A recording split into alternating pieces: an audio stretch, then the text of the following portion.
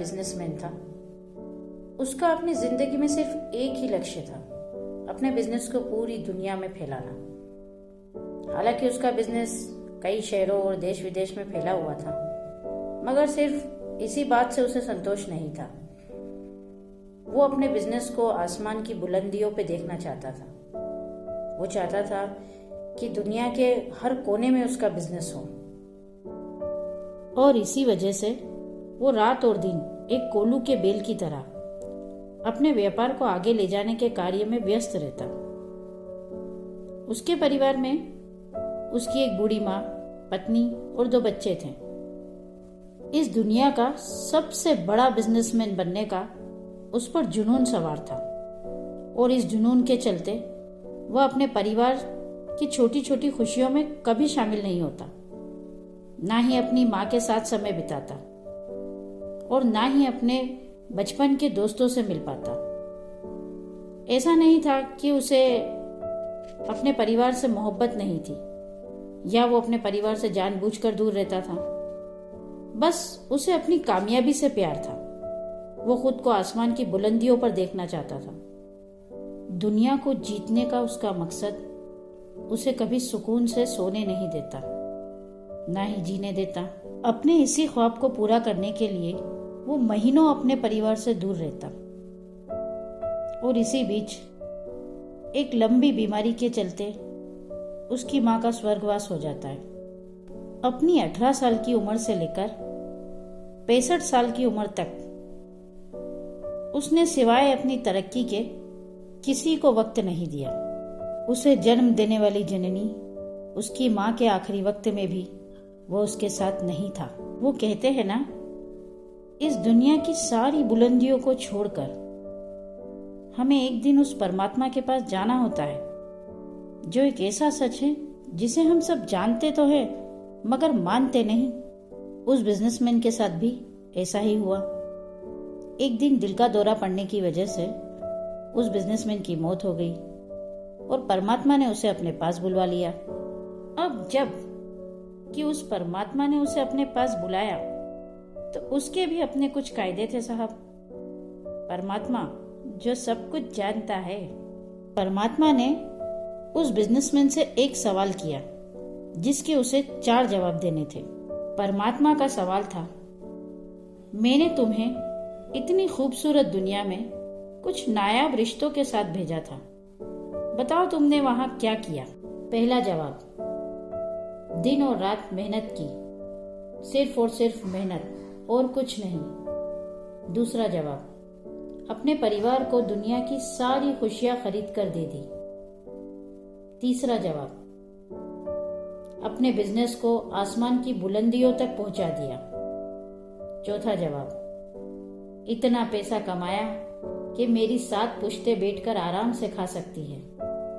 इस पर परमात्मा मुस्कुराए और बोले, मतलब बहुत मेहनती हो तुम, सिवाय मेहनत और पैसा कमाने के तुमने कुछ नहीं किया। इस पर वह बिजनेसमैन भी मुस्कुराया और कहा, जी हाँ, बस अब मैं यहाँ सुकून चाहता हूँ। आपकी बनाई हुई दुनिया में मेहनत कर करके थक चुका हूँ। इस पर परमात्मा ने कहा, इसका फैसला तो मैं करूंगा कि तुम यहाँ क्या करोगे। परमात्मा ने अपने पर्सनल सेक्रेटरी को बुलवाया और कहा, इनसे मिलो, ये धरती के बहुत बड़े बिजनेसमैन हैं, इनका खास ख्याल रखना क्योंकि ये बहुत मेहनती इंसान है। इनसे स्वर्ग के सारे अधूरे काम पूरे करवाना क्योंकि ये रात और दिन सिर्फ काम करते हैं। ध्यान रहे कि इन्हें कहीं भी सुकून न मिल सके क्योंकि इसकी इन्हें आदत नहीं।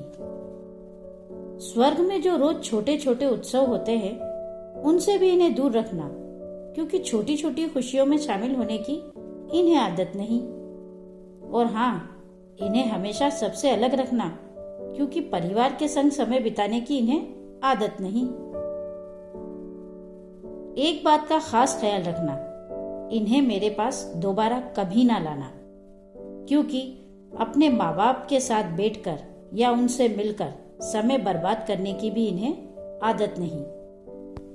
हाँ, तो कुल मिलाकर बात यह है कि इन्हें हमेशा व्यस्त रखना, सबसे दूर सिर्फ काम ही काम कराना, क्योंकि इसकी इन्हें आदत है। हमें भी स्वर्ग में सबको खुश रखने वाले बंदे की जरूरत है। वह बिजनेसमैन सब कुछ समझ गया और अपना सर पकड़कर परमात्मा के सामने बैठ गया। हम में से कोई भी अपनी मौत के साथ कुछ नहीं ले जाएगा। मैंने आज तक किसी जनाजे के पीछे मोटर कार या सोना चांदी ले जाते नहीं देखा, मगर फिर भी हम इन दुनियाई चीजों के पीछे भागते हैं। इन बेजान चीजों को हासिल करने के लिए हम अपने जिंदगी से भरे उन पलों को खो देते हैं जिन्हें साथ लेकर जाना है। आज के इस व्यस्तता भरे जीवन में हम ना ही अपने उन दोस्तों से मिलते हैं जिनके बगैर बचपन में हम अपने ही घर में एक मिनट भी नहीं ठहरते थे, ना ही आज हम अपने ही बच्चों के साथ समय बिताते हैं। अक्सर हम उन छोटी छोटी खुशियों से वंचित रहते हैं जिनके आने से हमारे जीवन का मूल्य बदल जाता है। ये छोटी छोटी खुशियां हमें अपना एक मकाम देती हैं और हम किसी बड़ी उपलब्धि को हासिल करने की होड़ में इस सुख का आनंद ही नहीं उठा पाते। ना ही हमारे पास इतना समय है कि हम खुद की सुन सके, खुद के लिए जी सके।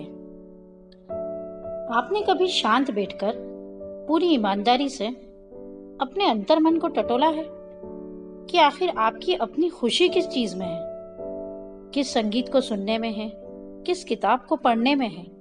आपकी अपनी पसंद की ये चीजें बहुत ही कम मूल्य में आपके जीवन को वो अनमोल खुशियां दे जाती हैं जिसे आप जीवन भर संजो के रखना चाहते हैं।